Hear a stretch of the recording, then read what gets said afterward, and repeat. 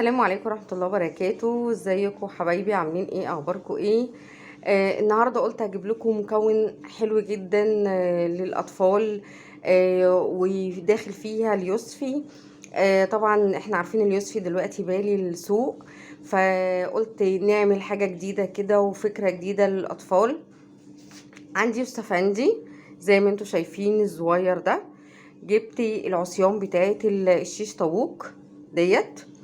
اي كوبايه بلاستيك عندك زي ديت كرتون او ازازه ممكن تقصيها. جبت كوبايتين لبن. على حسب انت هتعملي كتير ممكن تبقي واخده مثلا نص كيلو لبن. لو مش هتعملي كتير يبقى هما كوبايتين لبن على نص كوبايه ميه. 3 معالق نشا، معلقتين او 3 معالق سكر كبار على حسب انت بتحبي المهلبيه مسكره قوي ولا دلع شويه.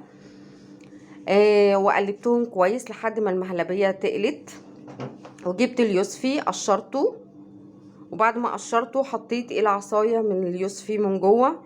يعني الكوبايه دي واخده 2 يوستفندي، ودخلت فيها العصايه ديت وحطيت. بعد كده المهلبيه بردت، قمت حطاها كده زي ما انتوا شايفين، عشان لما الاستفندي بالمهلبيه ده يبرد.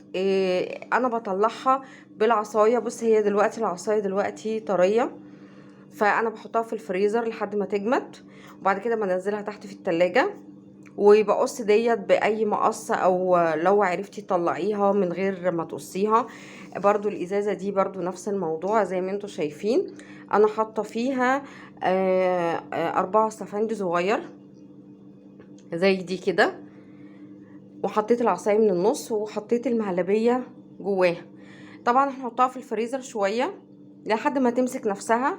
وقت ما تيجي تطلعيها بتقصي الازازه من هنا وبتقطعيها طرنشات، بتبقى طعمها حلو جدا وبتبقى طعمها جميله. مش اول مره اعملها، وحاجه جديده ومختلفه للولاد.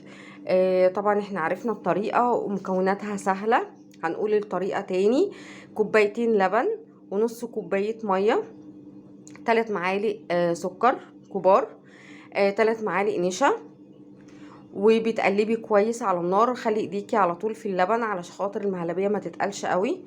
وبعد كده بتقفلي عليها تبرد خالص، وبعد كده نكون احنا حاطين اليوسفي كده زي ما انتوا شايفين في العصايه، ونقوم حاطينها في الكوبايه. نحط شويه الاول مهلبيه الجزء ده، وبعد كده بنحط اللوستفندي بالعصايه كده، ونقوم ساقطين اللوستفندي في المهلبيه وبنخليها في الفريزر.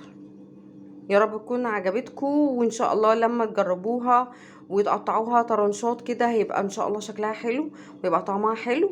واكتبوا لي في الكومنتات والطعم نظامه ايه، وعجبكم ولا لا، وعجب اولادكم ولا لا. في انتظار التعليقات بتاعتكم.